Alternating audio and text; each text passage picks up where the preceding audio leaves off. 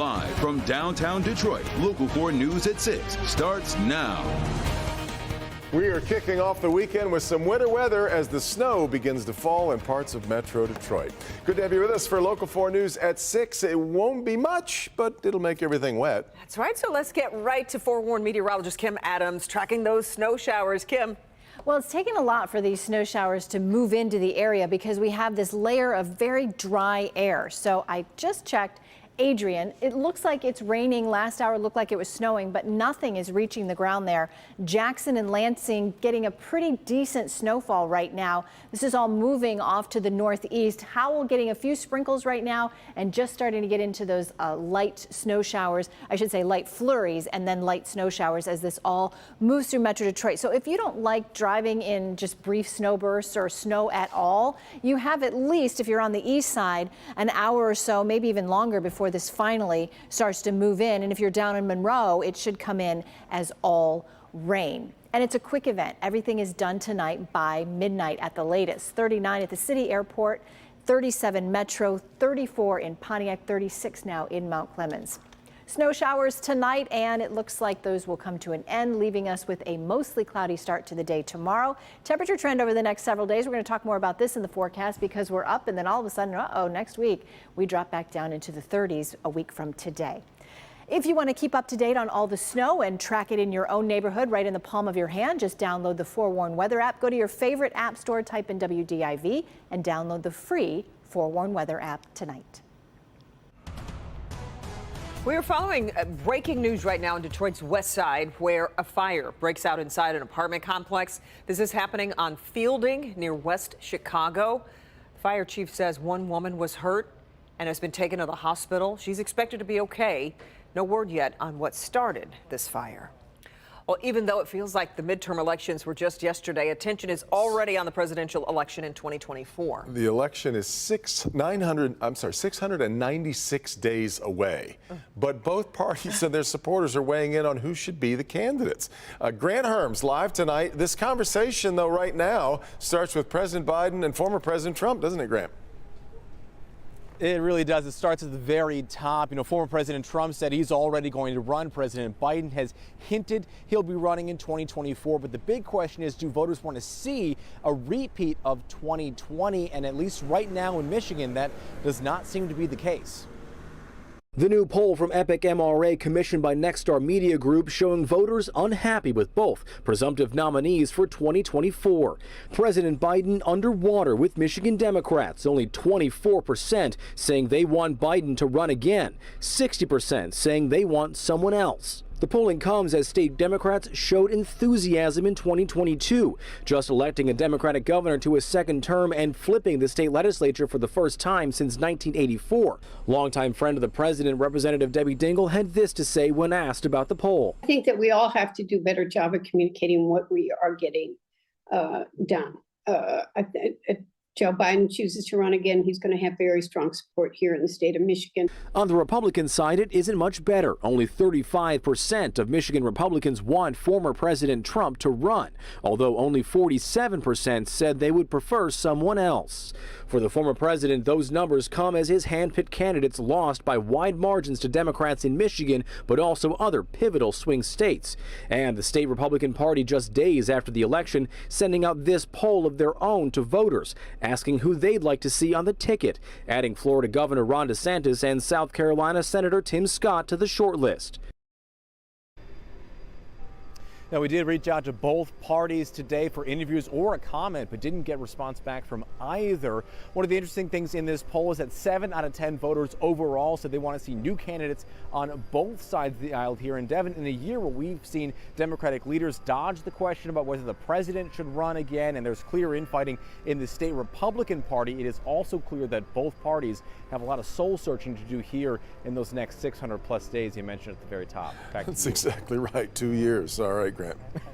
Surveillance video shows the moments gunshots are fired outside the Weston Book Cadillac Hotel in downtown Detroit, ending with 4 people shot. This all happened around 11:30 last night, and police say the shooting was targeted. Chief James White says they believe 2 groups were having a conflict earlier in the night, and it's believed the suspect's vehicle was waiting across the street for the victims to arrive. Police are hoping someone will recognize the blue SUV seen speeding by in the video. If someone chooses to do a drive-by shooting in that area, I am confident we're going to make an arrest. That area is filled with cameras. This is the latest incident in a string of recent shootings across the city. Talking to children about what to do in active shooter situations. Awfully sensitive, but there's one Livingston County company that is hoping to change that. The Lockout Company installs what it calls an innovative lockdown and alert system in office buildings, churches, schools certainly, with Taylor Public Schools, the latest district to have it installed. Megan Woods was there as Blair Moody Elementary students got an inside look at how it all works. This is just part of the Smart Boot safety device installed in all of Taylor Public Schools, but it's not enough just to have it. Students need to learn how to use it. That's where Bobby the Boot comes in. He's the Lockout Company's very own superhero. Field representative for the company, Nathan Adams, says Bobby helps change children's thought process when it comes to why they might need to use the Smart Boot. And it tends to help them think about Bobby in these stressful times instead of other issues that might be a little more anxious for them. The visit starts with an assembly on how the lockdown system works. What do we use these for? Then Bobby puts teachers and their students to the test. Blair Moody Elementary School's principal, Michelle Hernandez, says days like today are critical. It's essential to practice, to be prepared, to be ready for any situation. They've done lockdown drills in the past, but not like this. And as difficult and disheartening it may be knowing why drills like this are done, children finish the day prepared for the worst. While our kids are, young 5 through 5th grade, they're subject to everything in our world and in our social media. But having someone here that lightens it a little bit, I think will make a real difference. So I have over 30 years law enforcement experience, and I've seen all kinds of things in life, and those are the kind of things that we want to protect our little ones from. So what our system gives them is the best opportunity under those circumstances to carry on a normal life. Every child gets to take home one of these Bobby the Boot comic books so they can share with their family everything they learned today. In Taylor, I'm Megan Woods, Local 4. All right, Megan, the Lockout Company spent this week with Taylor Elementary Schools. Next week, the company plans to work with Taylor middle and high school students. New concern tonight about a measles outbreak spreading in Ohio. It's so widespread and so infectious that health experts are warning it will take a while to get it under control. In the meantime, it's landing a lot of kids in the hospital. I'm anticipating this going on for at least several more weeks, and I'm expecting our numbers to grow. Measles cases and hospitalizations continuing to climb in central Ohio. Health officials sounding the alarm after contagious kids were found to have visited at least 4 public places, including department stores, in a shopping mall, a grocery store, and a church. Measles is highly contagious, so if you were in one of those locations and not vaccinated, you were at risk. Health officials say the majority of the outbreak is being driven by unvaccinated children. Measles is a disease that here in the United States we had effectively eliminated back in 2000, but because we have so many individuals who are eligible but unvaccinated, we're having a spread here. The Ohio Department of Health encouraging people to get their children fully vaccinated or risk them possibly falling gravely ill. Almost 50% of our cases have been hospitalized, which is a very high percentage. The majority of our cases of measles in this outbreak are between the ages of 1 and 2 years of age, and they've required hospitalization from anything from dehydration to diarrhea to pneumonia.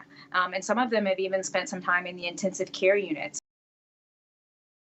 Now, this is important. Children get the measles vaccines in 2 doses.